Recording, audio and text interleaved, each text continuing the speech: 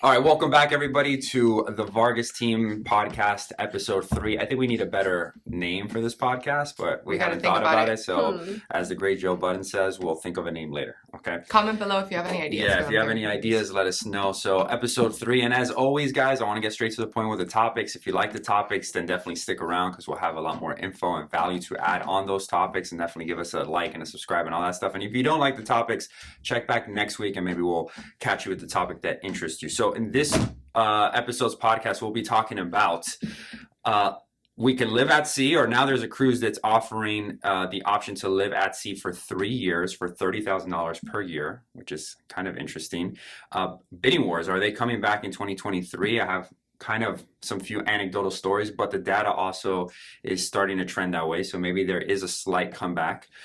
And also my rent to own meeting with an investor. So a lot of properties and developers are building properties, not so much to sell them as other developers and condominiums used to sell, but really to build them with the intention of just renting them long term because of this whole renter nation that we've become. And then lastly, what type of content should you be doing for your business, and should you even be doing content at all for your business? Why I think you should and why you shouldn't, depending on who you are. That's going to be some of the topics. So if you're interested in that, stick around. But before we get started with those topics, I did have kind of like a few things that I wanted to ask. I know Chloe and I were talking about this a little earlier today, and I wanted to bring this topic to the conversation, which is, should you celebrate your success? And by that, I mean, celebrate your success in terms of posting on social, showing to your friends, family, potential clients, is that something that is in your personality type?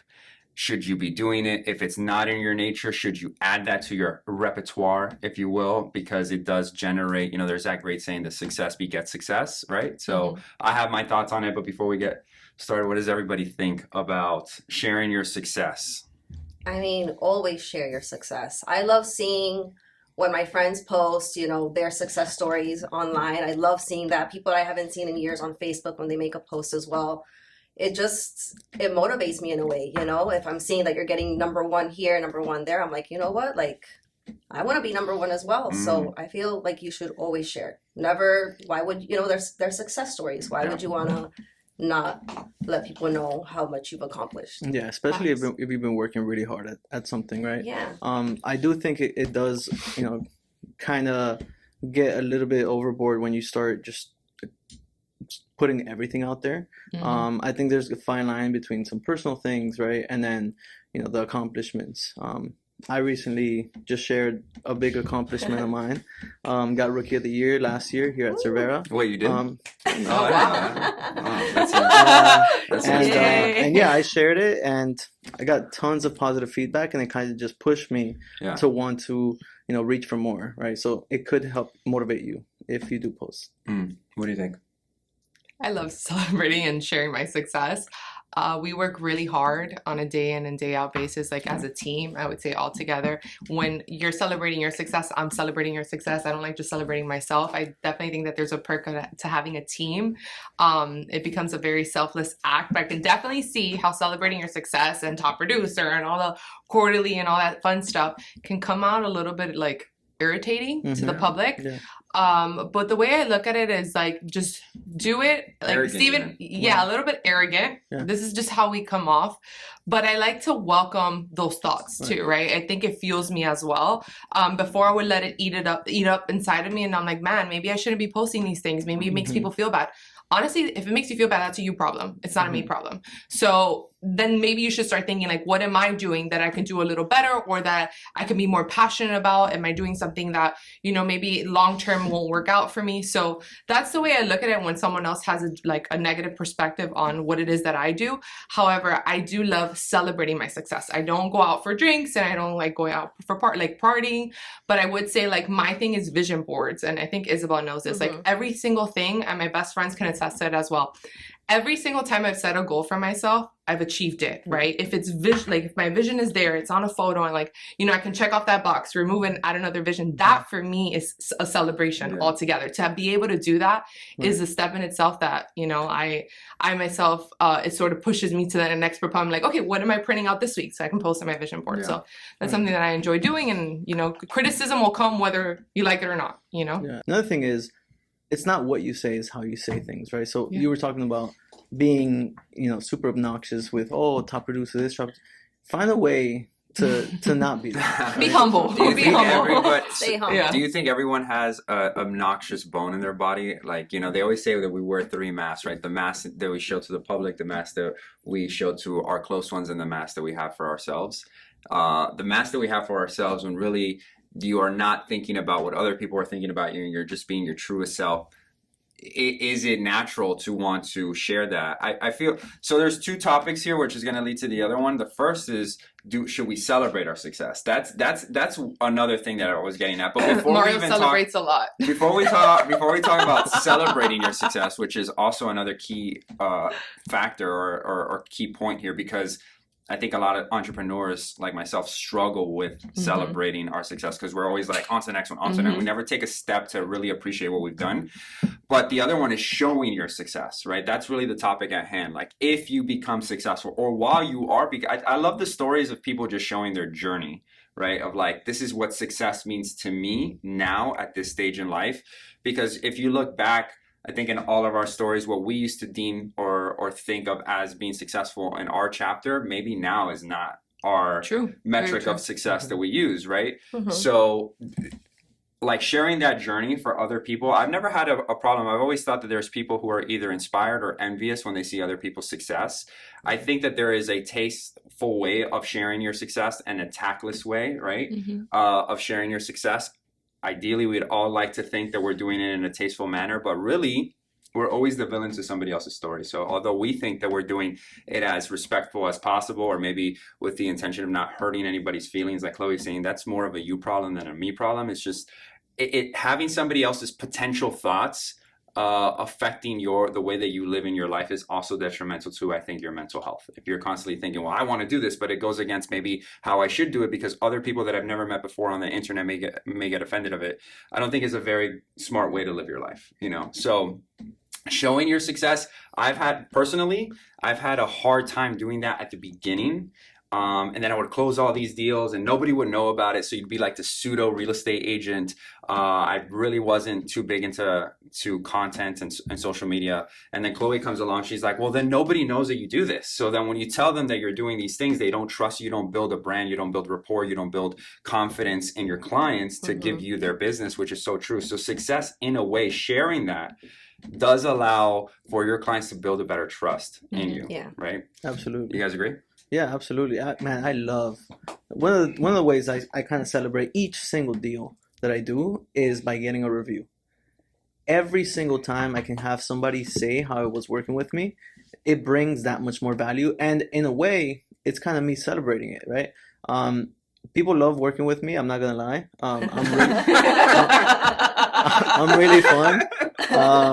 And if it doesn't come off on camera, I'll give you guys the link to my Google page. This guy's in front, and you didn't pay. He's really proud of this. I didn't pay for anybody. You didn't pay for any one of those reviews. And it's how many reviews you got right now? So out of last year and the beginning of this year, I have right now about 34 reviews. Wow, that's pretty significant. Yeah. And he gets the realtors in there as well. So not only damn, you got your competition shouting you out. So like what are they saying? Like, if I was a realtor, I'd be this guy? Like, so they say, man, if only I could be as hardworking as this realtor right here. No, I'm just kidding. They say, I think they say what it's like to work with you. Yeah, exactly. I think there was a top agent, like didn't you tell me the story? There was like a top 50 agent or top 10 agent, or probably even the most successful agent in Miami said that he used you to sell his home. What? Yeah, I thought you told me that story. That the number one agent in Miami used you as the listing agent. Who's the number one agent? I don't know. It's just it's a story Mario made up. Did you make that story? I don't know. This is a story Steven just made up right now. No. It's honestly to throw you off. It's honestly a joke that's not landing well. So the reviews. It completely went over my head. Mario, how else do you celebrate? Because I know you have other activities. And... other activities. Yeah. What other celebrate? Let's go to the second topic. Do you celebrate your success? Absolutely. Okay. Every success. Every small success. Every time every time I sent carry out an offer. no, every time I carry got an my email. groceries home, Yeah. I celebrate it. That's great. Bottle of wine right there and there. Wine and cheese. Your You know, charcuterie wine- boards are. charcuterie boards. I hear he goes and buys wine by the crates, just like and labels them per day. Because every day you find a small success to That's celebrate. true.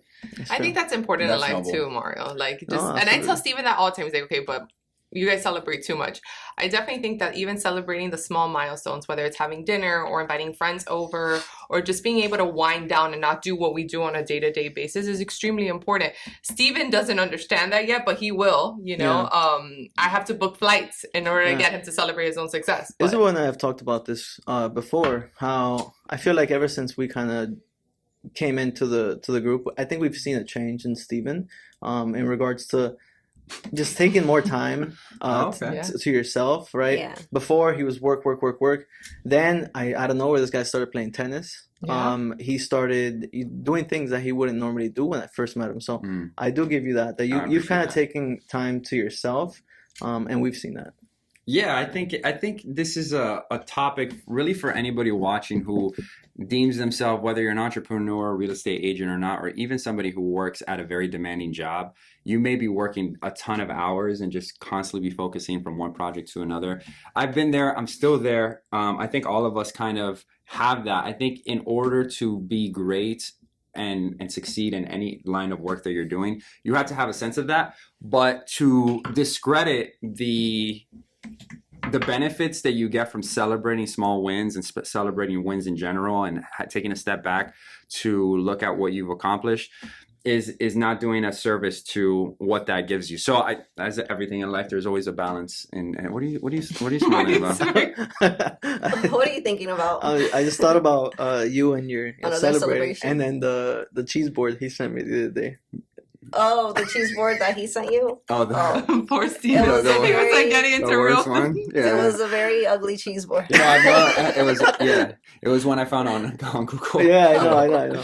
So But I just thought of you celebrating that way. So Cheese. the audience may not be in on the inside joke. So Mario likes charcuterie boards. I'm getting into them. You know, as you start, I guess, celebrating your success more, you start realizing that wine and cheese is a great way to do that. Very fattening way to do that as well, I would add. But or let's not say fattening. That's bad. Very high in caloric intake. But with that said, you know. Having charcuterie boards and small things like that. Again, the point is this. The point is this. It's not about the charcuterie board. It's about finding something that's that's beneficial to you, whatever the success may be. You know, for Chloe, she has a very expensive way of celebrating her success. It's usually in the form of some sort of handbag, type of fashion. You know, where it's kind of like, is it even all right? No, anyways. but I don't buy a handbag with every closing or any closed deal. I honestly like. It's on my vision board, guys. Like at the end of the year, I tell myself, okay, we save on birthday gifts and all that. And I tell Steven, okay, I want this bag. Okay, what's our goal? So you got to save up all your gifts and like everything you want to accumulate for that one bag. So for me, it's an investment piece. Steven thinks watches and like other things are investments. I personally think specific handbags are She investments. needs the bag to take to the closing. Yeah, She has to exactly. impress. It all makes Women's sense, you know, just bags are exuding and all. men's watches in a way. But aside from bags, I really do think vacations are important in taking time away. And I do respect Isabel and Mario because they do that on like a quarterly basis. They take their trips. They really enjoy time together. Yeah. Steven and I did it. We did our year of travel in 2019, right before COVID hit, which is I'm so happy, and right before the baby. But we did celebrate like every 2 months. And it was, those are the moments that are important, guys. The working and all that, all will come. And if we're truly people of God, our faith is huge. He comes above anything. And he has been able to give us that ability to do these things, right? I don't count that on business or anything. I'm super grateful for my clients, but without faith, we have nothing. So I do think that has given us the ability to travel. Now we're a little bit busier because we have 3 companies, we have a child, we have a house, like there's a bunch of other stuff, but definitely celebrate it. Book the trip, book that reservation that you want to go on. You never know what tomorrow brings. And that's my outlook on life, right? Yeah. We work this hard for what? If the day of tomorrow something happens, we didn't enjoy any of it. And it just sits in a bank account and another real estate investment, which is great long term, but short term, what are we doing now? So yeah, that's true. That's my Those I'll are look your on 2 it. cents. Isabel, what do you Yeah, think about Isabel, what traveling? about you? Yeah. I mean, yeah, I would love What to do you buy celebrate. yourself for? Are you a person who buys themselves things, or do you celebrate more on travel? Travel, Yeah. for sure. For sure. So that's above purchasing anything. Yeah. Okay. Yeah. I mean, Struggle there for a second. maybe I do want that Chanel bag. Yeah. But traveling is Yeah. the way Yeah. to spend. I need to. Why are you Yeah. He's like, why are you looking at me? She's like, you did say you were rookie of the year, right? Yeah. No, That all right, paycheck. continue. Isabel. Continue. No, I mean, you need to take some time away, you know, Yeah, after that's working true. so hard. Mhm. Take some time away, regroup, build your confidence again, Yeah, and then yeah. come back and kill it. Yeah, Yeah. renew for sure. I think that's important. Mm-hmm. Big time. It clears up your head. You get to think about other things, right? And then you really get to think about what's important to you. We just came back from a trip to Nashville. I'm sorry, to Asheville. We were in Nashville not so long ago, but we just came back from Asheville. They're all the bills. Trip was so all good, the he didn't bills. even know where he was. Yeah, I was in the He's forest, out of man. it, right? Just out there Mountain man. decompressing, Mountain man, completely you know. forgetting all your responsibilities. All right, let's Jump to the next. let's jump to the next one. This guy's gonna go on a rant. No. Yeah, we're a few minutes in. All right, so let's talk about the first topic that I mentioned, which was live at sea on a cruise for 3 years for $30,000 a year. It's something like that. You guys can Google it, whatever. If I don't have the specifics, shoot me.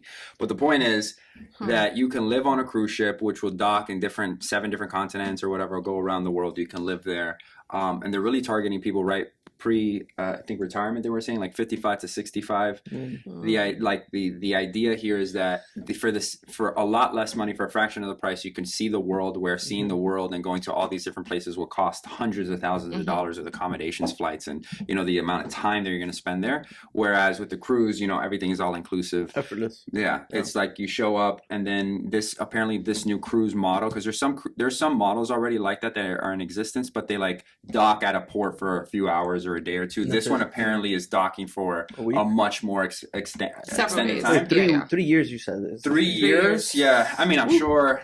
I think Yeah. it's how many Yeah. continents. I wonder how many people are gonna actually finish that. What, the Yeah. cruise? 3 years is a long 3 years is a Yeah, long yeah. time, man. Yeah. It's like holidays. there's Everything. Yeah. Special occasions. Imagine, like, that's 3 years of your life. Last year was a long year. Yeah, some people can't make 3-year commitments with like a spouse. But what they're or, saying like, is a it's going to hurt relationship. the market and like people, the purchase power and everything that goes behind it. There's going to be more people that are going to want to travel within that age group. And what the discussion is who is that age group? Is it the millennials? Is it I have the those 55 stats to here. 64? There is a specific age group they're worried about, which is now the 18 to 24 age group. What are they called? The Gen Z? Gen Z. Well, they were saying that 47% of 18 to 24-year-olds prefer to spend their money on travel than buying a house.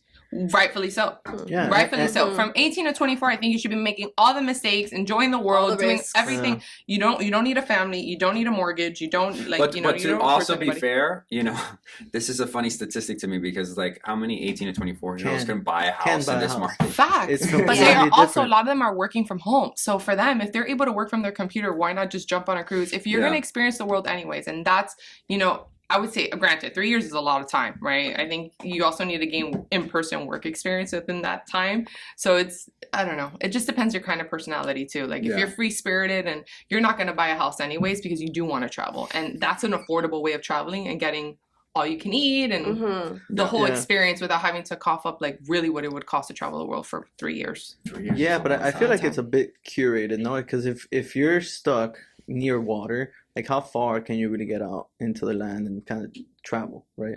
Because I mean, Isabel and I, when we travel, true. You're we're limited. walking, man. Like we walk a lot. Yeah, but if they tell you we're gonna dock here for a week or 2 Right. weeks, you can make You can do plans. little You can do Yeah, whatever you you can want. even rent a car for you that can rent a week. car, go to a couple So, hotels for the yeah. week, and come back. Mm-hmm. How do you think that hurts the market though? Like that new generation. Well, I purchase? mean, who's really going to be able to do that for 3 years, right? Yeah, I feel How's like the it's, internet That's true. access? You know? Mario, we're not in like 1962. Yeah. It's No, 2023. I'm just saying. to Like, put a how's man the- on the moon. How's Buy the yourself a internet? hotspot, bro. Yeah. in the middle of the ocean? I don't know. But Dude, I think they have, what think is the Tesla thing? What? I think what's really going to be impacted is the 55 plus community. You guys know what I'm talking about. The Tesla. Right in the comments. Go ahead. You have a Tesla? no. Elon came out with Skylink. Oh, It sounds like that Terminator company, but it's not. okay. Anyways, yeah, 18 and 24. I don't know if it's going to impact the market in that sense because, I mean, either two ways are going to go about it. People who are like, I'm going to do this for 3 years. Let's sell our house and then go do it and use that money, right? So then influx of inventory for people to list homes and then sell them, which is, you know, good for our business. Or option two is like, I'm going to do this for 3 years, but I want to come back and have this house. So rent it out for 3 years, right? Like one of those two options are really But people are acting like you can actually buy a house right now. Like as if there's scarcity. You can buy a house. You can. Right, it's just ridiculously expensive. Yeah. And I mean, I at that age group is fine. I don't have any, and I don't have anything against that. Like I think 18 to 24, make all the mistakes, make all the errors. I think once 24 hits, you start thinking about the future, like where you see yourself long term. Do you want a family? Like then you start really thinking. But I think even up until you're 30, like now's the time, you know, to really enjoy it. Because once you're 30, like you need just have an idea of what it is that you're going to do. So better question for all of us here. If we're 18 years old again and we 18 to 24. And we 18 to 24 years old before you even start this career, before you even like get into business, and someone was like 3 years, $30,000, you can finance it, whatever it is, would you go on a cruise for that time? No. So for $90,000 to travel for 3 years, the whole world for 3 years. You wouldn't see the whole I world. would. I would. You guys are way more free spirited than think I that's am. the Anyway. difference. Yeah, no, I'm like, Steven and I are like, We both said no. We're like, absolutely. I'll do that, man. I do that. I like traveling, but like after a week, I get antsy to come back because I think Chloe and I are structured. This is why we're married. Not just comfort, but we like structure, organization. Like we like to like run our day, right? We like going to the office, like and knowing it's what we do Saturday being and Sunday. Productive is a way of Big Sean has that verse. It's like I don't know how to say the curse word, but whatever. I feel better at work, right? Like I don't need a vacation. I feel better at work, which is true. It rang true to me because it's like he's like I don't go on vacations because I work. I feel like I'm on a vacation, and in a way, I understand how he feels because when you're more productive, accomplishing your goals, you feel that exhilaration and that dopamine hit of actually doing what you were set out and created by God to go do and provide value and all that stuff. At least for me, when I'm on vacation, I don't feel that as much because I'm out of tune. It's definitely a good way for me to decompress, realign myself, gather thoughts. But not really, for 3 years. But really, it's just setting me, pulling me back, as a bow, and then for when I get there, I get released. That's really what it is. Particularly if you are a business owner or you're working for yourself, because there's no way you're gonna be feeling like this working for somebody else. So we're speaking to worse, I think, because if you're a business owner, there's worse. no way you can disconnect for that's 3 hours. That's what I'm trying to get at. If you're a business owner, this would fit into where business owners are, right? If you're an employee, you're not gonna feel better at work than in a vacation. It just depends. There's very cool places that you can work from. I get what you're saying. Yeah, you can never like if you're a business owner. Although that's assuming that all employees don't like their job, and that's not true. Well, at the end of the day, you don't get that exhilaration of working for yourself and building something. You could some employees and some divisions, depending on where you are and upper middle management, whatever it is, are making a difference within their own companies, and they feel that they feel like they're actually making change and helping people. So I don't know. I gained most of my work experience from 18 to 24. I worked every single job full time. Like I was super committed, and I got a lot of my experience out of the way. And that's when I realized, really close to that age, that I no longer want to work for anybody else. Did you ever work at a restaurant? No, I worked at Moe's Southwest Grill. That was the only food. Moe's when they first opened. Like Moe's so much. We love Moe's. Shout out to Moe's. But I fried like tortilla chips. I was like the register girl. But I mean, and that was like a whole summer job. But that was my first job, and I gained a lot. I gained all this experience. A lot of these Generation Z, like I shout out to my sister. That age group tends.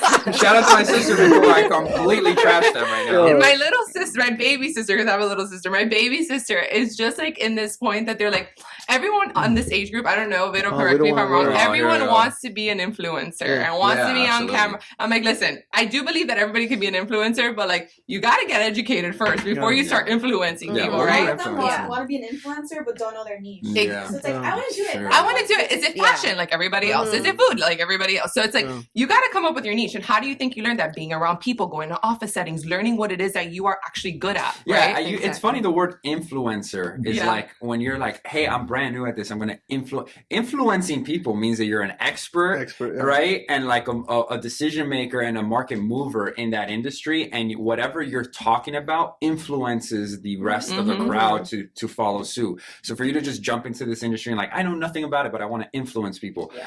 I mean, you can't even influence yourself first, you know, like let's start there and then we can influence other people. That's why they coined the creator term. You're a creator. Yeah, exactly. Because at one point you were that influencer because you were literally the first person doing it, right? You were on camera, the first person on Instagram or TikTok, whatever it was. Now there's so many. But now there's so many people doing the same thing. You know, like Chloe said, how do you find your niche? Right. Or how do you stand out? But that's always been the problem in business is finding ways to stand out. Or how do you turn something boring into something fun? I do it every single day. How do we turn this boring podcast into something interesting? We're still trying to figure that out. So what's our next topic? Kidding. It's not boring. Not for me. This is not boring, guys. All right. Anyways, guys, with a few more minutes that we have, 2021 bidding war is coming back. So the reason why this article came out, and I read, and some people have been talking about this, I actually was... several of my buyers lately, we've sent out offers and they've been open houses and we were like 1 out of 7 offers and we didn't get our offers accepted. I'm like, wow, this is very reminiscent. And they're great offers. Great offers. People are sending above asking offers, waiving appraisal contingencies, a bunch of other crazy stuff that I'm kind of like, this is very reminiscent to just a year ago. As to like lines outside of open houses, just sending offers sight unseen. Like it's not to that level yet, but it's definitely where I was like, wow, just last month, it felt like the real estate world was over. Nobody was doing anything. Everyone was waiting on the sidelines. And now it feels like in certain markets, in certain pockets, that's definitely dissipated a little bit and more people are kind of coming back to the fold, even with crazy high interest rates today. So have you guys seen that? Do you feel like, you know, the bidding wars are making a comeback? A little bit, yeah. Mario and I, we have a listing in Doral, and in 1 week we received about 3 different offers. For the longest, the beginning of the year, for the longest, nothing was really going on. In the sense of now, like 1 week. Now in a week we had 3. Yeah, and now we have one that's actually over asking. Yeah, so, and that is interesting. Why do you think that is? Because interest rates have gone up higher from that time. I mean, we're in March. I don't know, man. I think everybody was kind of still this thing called vacation mode, where people at the beginning of the year are just like kind of getting out of it. But now it took a whole quarter off. I don't know. I think I don't know. I don't know what it is. I think it's a lot of fear mongering, and when the media pumps that out and your friends pump that out and everything, and everyone's talking about like, you know, the run on banks and this bank collapsing and like all these things, which are scary, don't get me wrong. But at specific points, like the boy who cried wolf, right? Like if they're always telling you the world is going to end tomorrow, and every day they say that, at a specific, after enough time goes by, you're kind of like, all right, man, the world hasn't ended. Okay, so I can either continue to live under this rock and just wait for that to happen, and like they say, a broken clock is going to be right 2 times, or we can just continue to live our life, and if we find something that we like, we just go after it. And so I feel like a lot of people are getting out of that mode where it's just kind of like, I don't know if it's like people who were so strongly convinced that the market was going to crash, now seeing the data and saying, yes, interest rates are going up, but the interest rates have almost tripled, but it's not like inventory and prices have gone down in the same rate or more, right? So it's kind of like, if anything, they're kind of holding steady. So like, if the interest rate goes up another 3 times, like maybe we start seeing, but what's the likelihood of it going up, you know, knock on wood, that it goes up to like something like 15 to 18%. Like, that would be insane. It has happened. There is just a historical precedent for that to happen, but like likelihood again, who knows? But I think that's kind of what's going on. Yeah, I think I listened to a podcast recently. Ken McElroy, I love you, man. I love that guy. Rich Dad Poor Dad guy. Yeah, and he was saying, you know, 6%, like it's not that bad compared to 13, 14, which at one point it was. It's just the prices. You were saying it like Allen Iverson, 6%. We're talking about 6%. 6%? You're talking about practice? Yeah. Yeah, and so he was saying it's the prices, you know, and the fact that the prices are just not going down, it's interesting, right? Right. It goes against like the fundamental fact that as interest rates go up, prices go down. But that hasn't really happened. It goes to show you, you know, like because here in Miami we got a lot of international buyers that are buying cash, and so I think that's what keeps driving the prices, and it keeps them steady. And so if you don't get with the wave, I think you're gonna kind of get stuck in this, Well, I do think it is a Miami thing because a lot of people that I speak to personally are like, okay, I'm moving to Northern Florida or gonna stay in, like everyone just still wants to stay in Florida, but Miami is just one of those places that I don't know what happened to this city, but the like it just happened like yesterday and things just prices keep skyrocketing up. Everyone just comes here on vacation. They just want to stay here. So it's like, okay, what happens to people that they grew up here, raised here, and then want to buy something here? Now you can't afford it. You got to rent it, right? Renters Nation, man. And that's what I'm super scared of. Jump on that cruise ship. Next 3 Happen. years and come back and see where we leave off. That's what it's true. And then that goes to show you, like, you're still living rent. You're like, imagine you sell your house, you go on this thing for 3 years, you're paying rent for 3 years. Well, rents are ridiculous now. So like I know a bunch of people in our condominium. What is it like our complex? HOA. Our HOA. A lot of them, even realtors, have to move out because they cannot afford how much the prices are going up even on our rent. Luckily for like some of the locals, they can, but and what prices are going to go up when they start building parks and more things like. So what is that boiling point? You guys have some prime real estate, right? I know, and I've been wanting to buy it. Let's not mention it. We don't need people to show up like stalking. They didn't like my comment. We've offered so many times. We're like, we want to buy it. They're like, nope. I'm like, no one wants to move. They do not want to sell. It's a great investment, and it's just like.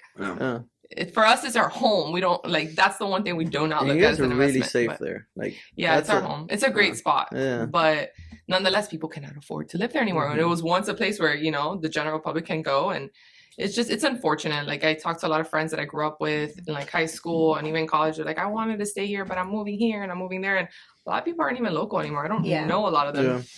Yeah, so they're new to the city, so it's crazy. So before we get to the last topic of content for your business and what type of content should you be making, do you have any topics that you wanted to talk about? I know Isabel did. And Isabel had a few topics that you wanted the events. I wanted to see what events you guys were excited for. Well, we went to the Miami Open. Yes. So the Miami Association of Realtors had an event. It was the first time we've gone. I don't know if it was the first time they've done it. Was it? It was the first year, and it was so successful they're going to do it again next year. Very cool event. So I think last podcast we mentioned that the Miami Open is one of our favorite events to go to, and it just so happened that the Association of Realtors had like a realtor networking event. So it was like perfect. Wow. We could go watch the game and network with them. Where was our invite? You guys didn't get the email? No, they just like sent everybody. Really? I get a flex call from Steven. Oh, I'm at the realtor networking U.S. Open. I'm like, really? Yeah, all right, They buddy. sent it to everybody. Check your spam. I thought he was playing with me, and I was like, "All right, bud, I'll talk to you later." And that was about showing your success. That's where it was going, and then also rewarding yourself. So how do you reward yourself? It was $30. Let's go back to how do you reward yourself? How does he reward himself? Because we touched into all of ours. He is delayed gratification. Yeah, he is so delayed gratification. It's irritating because he'll look at something for like months and even years, and he's like, one day when I close this deal, when he finally gets it though, it's like I had to push him, like really, like just do it or swipe my card, or because he's like that, and I respect that to a certain extent. But what were you saying? Yeah. I reward myself with suits. Because I love suiting, but he still attaches that to something. Yeah. If you guys don't know, itself because it has to deal with work, and it's just it's like still business. Because like if you guys don't know, Steven goes to sleep in a suit every day. It's something that I like doing. It's a passion of mine, and I swear, if I wasn't a real estate agent, I would be a haberdasher selling suits and like different sartorial wear. But I'm not. So the best thing that I can do is just buy suiting, and so but it's kind of like guiltless because I buy something that's expensive, but then I'm like, oh, but I use it for work, right? So it's kind of like I don't feel so guilty about spending so much money. That's on how I feel about my handbags. I do not respect that. I guess. Take it to the closing. That's true. Take it to the closing. Well, what other events were you talking about? Because we completely hijacked your topic. Formula One is coming back. The fair. We're going to the fair tomorrow. We're going to the fair tomorrow, but we are also going to Formula One. We did Sobe. That's coming again. No invites. here. What's So going we- on? What do you last mean time I no? invited Wait, you, wait, hold on, wait. hold on. Tables. Last What are you time I talking invited you guys, you know what? We'll talk about off camera. Because Yeah. people don't even know how not loyal you are in terms Not of our loyal. friendship. Anyways, Oh, that's when we a have plans. topic for another True, day. true. That's the after hours podcast, which we The haven't after started. hours. Better, we're gonna need you here for Podcast. 30 So, more were there minutes. any other events? The So we, Florida Where Derby. the topics are There's a loose Florida and the Derby. morals Florida are loose. Derby? Mhm. there's a Florida Derby. There's a Florida That's Derby cool. coming April 1st, and the Miami NFT. NFT. NFT. Yeah. Okay, what is Listen, that? Not I kind fungible of lost. tokens. Hold on. If anybody watching this is of crypto or NFT, I've kind of lost any and all not respect. I don't Didn't want to we say, but invest in confidence. Yeah, dude. Everybody lost their money. How many invested too. cryptocurrency exchanges need to? Yeah, you guys Mario. invested a good amount of money, right? Yeah, I'm still there. I'm holding. You're holding Hey on guys, to the bottle? I am a hodler. Yeah. All right. Well, we have no choice at Diamond this hands. point. No, I baby. mean, look, I think. The way I look at investing in these things is just like, and I don't look at it investing in real estate that way, but investing in crypto, and I'm like, dude, if I'm gonna get this money and burn it, then sure. Like if I'm gonna literally light it on fire. Well, you got to understand, there's different things you put your money in, right? If you're putting your money in Bitcoin, you're good, because that's the future, right? If you're putting your money in things that can make people's lives easier, I think that's good. But if you're putting your money in like a NFT. coin, that's just your faith that's in just there in because of the in a hype. dog. Yeah. Well, actually, talking about you're putting throwing your money away. putting your money into certain things, which maybe covers a litany of topics. But one of the things, if I could give advice, you know, who am I? I'm just some guy on YouTube. But Chloe and I started buying treasury bonds with our money. We're not seeing treasury bonds as an investment. We're seeing treasury bonds as a bank, Facts. right? So the way that it works is that you lock in a treasury bond. Like for us, we bought with Charles Schwab. I'm sure there's plenty of other places that you could buy. But we would buy treasury bonds, and then they would give you a yield or a return. I think it was like, what, 5 point something? 5 point something. It depends on how long you keep that treasury bond, right? Oh. So it has its expiration date. So you have I to think, lock it in like for 6 6 months. years. I mean, 6 months or to a year. Right. And we locked it in for 6 months. And the interest isn't that big of a difference between the 6 months to the It really year. isn't. But if you lock it in for 6 months, it provides you a certain return. So the idea here is like, because you guys got to think, and I'm sure everybody knows, you put your money in a savings account, the bank is going to pay you less than 1% or a quarter of one, literally less than 1%, right, on your money. But they're going to get your money and they're going to go buy a treasury bond. Mhm. So instead of They're using your money they're, anyway. they're making your money they're using it. your money to make 5%, or Mhm. at the time it was less than 5%. But the point is they'll make like 3 or 4 or 5% and then pay you less than 1% on it. So they're making money on your money, and then that's really what happened with the whole bank run and the fall of the bank, something along those lines, because they had all their money tied up in treasury bonds and they had to sell it off, take losses to then pay everybody back. But the point is, Chloe and I got thinking, well, if that's what banks do, why don't we just do that? Yeah. Right? Why are we waiting for a bank to do that? And I think a big thing is, right, if you're buying property, right, for a return, Mhm. right now in Miami or in Florida, there's really not that much return. So you look at it, right, and you say,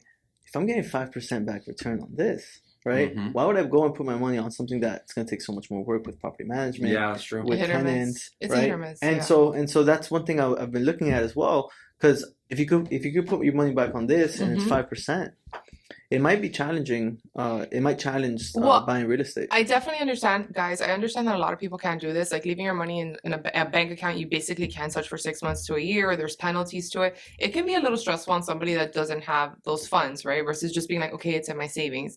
But if you know money has sat in your account for about a year and you haven't touched it, which in this economy you really shouldn't, look into investing into treasury bonds or other forms of investment that are safe, that you know at the end of the day you're going to get a bigger return than you would with a bank, right? This past year I look at my account and I'm like, oh great, I got like 3.75 cents on interest. Yeah. That's it, like Yeah. $3. Like What am I going to do with $3? Yeah. You know? But at the end of the day, like now I look at it, there's like a nice pretty chart and they talk you through the process, and it's just like Those charts get you, huh? those charts get me because I'm like, man, I need to keep saving. I'm gonna buy more, and like, of course, you educate yourself, like everything.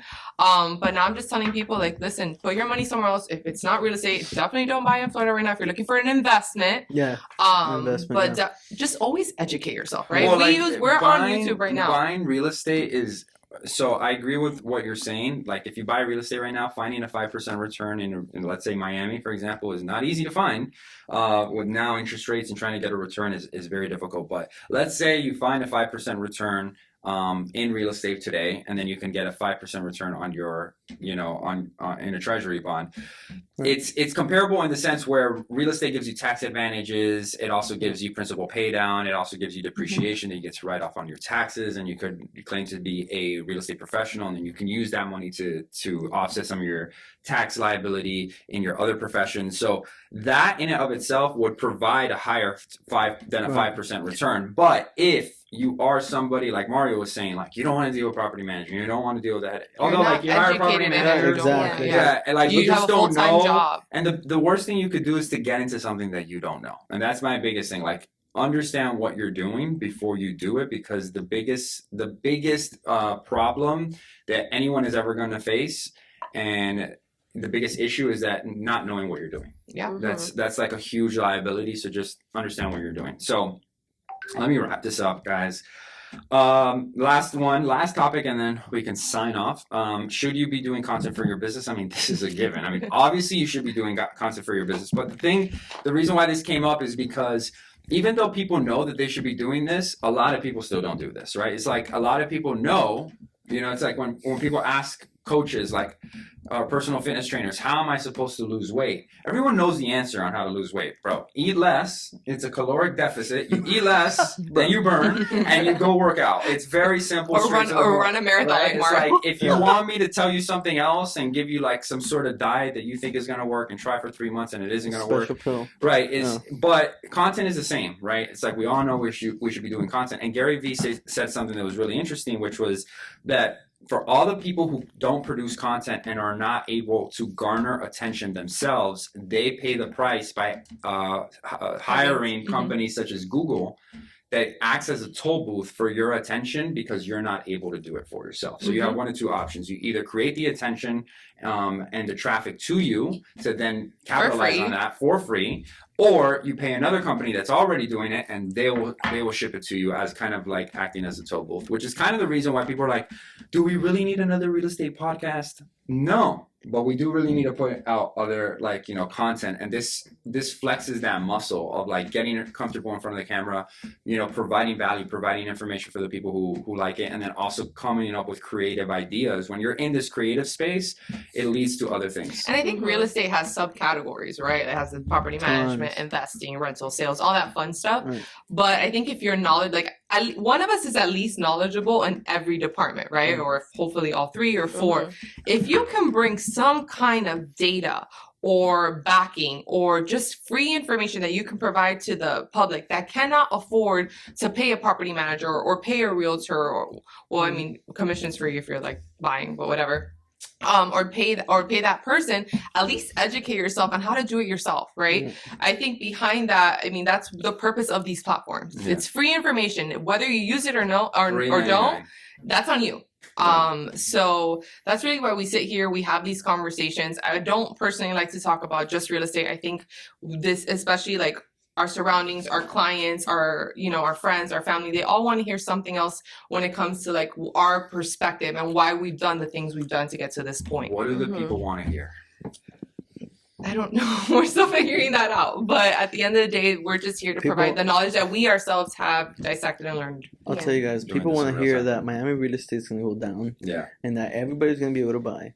And that landlords are screwed. Yeah. And that, that Miami's going to flood. And that Miami's going to flood. We won't be here in like 30 years. It's not as good as people say it is. It's overhyped. That's Steven, what people why are you holding the mic like that? Because it's the after hours edition. I think you guys drank way too much. Drank? What are you talking about? This is apple juice. Yes. First of all, it's dyed water. Anyways, let's wrap You look way too relaxed. Regarding the videos, guys, like I said, now more than ever, it's easier to go viral. So just go out there, make videos. Videos are the future. Videos is what you need to be doing to get your voice heard. And like I said, it's the easiest way to go viral right now. Just go out, shoot a video, post it up on YouTube, Instagram. Consistency. That is the key. People like making a video fed. here and there.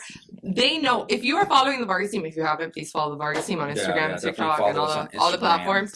we are extremely consistent. We rely heavily on each other. There is a video going out every single day, whether you like it or not. There's free advice, free things, fun content, events, a bunch of stuff that we work really hard to put out for everybody. But at the end of the day, it's consistent. We've done it for 4 months. We plan on doing it for months and months to come, but people expect it now. They're like, hey, can't wait to watch your video next week. So consistency, and Gary Vee says it all the time. You've got to be consistent. If you're not putting out 3 to, I would say, like maybe 7 videos a week. 7 videos a day. Like, yeah, that's a little crazy. We're working our way up there. We're also working. We got clients. So quickly, content ideas for you guys out there, because piggybacking off of what Isabel said, if you're not comfortable in front of the camera, Isabel, for example, does some really cool neighborhood videos that she will shoot, do a lot of B-roll. For those of you who don't know what B-roll is, it's just a fancy way of saying, like, you know, footage of surrounding areas and things like that. Like, she'll do one on the top coffee shops in Brickell, for example, and then do a voiceover. So she's never really in front of the camera. So if you're not comfortable in front of the camera, you can do things like that. You can write blogs, you can hire other people, you can create the content, you know, even do drawings and animations. Like,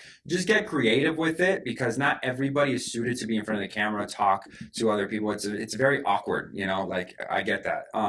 But if you can be in front of the camera, I think it puts you levels ahead of a lot of people, because a lot of people just aren't willing to do that, or able to do that, or want to do that. So with that said, get out there. And I think that's it, guys. I think that's all we have for today. Those are our tidbits. Let us know in the comment section below if you have any other questions, topics that you would like us to address on the next podcast. And with that, does anybody else have anything to say?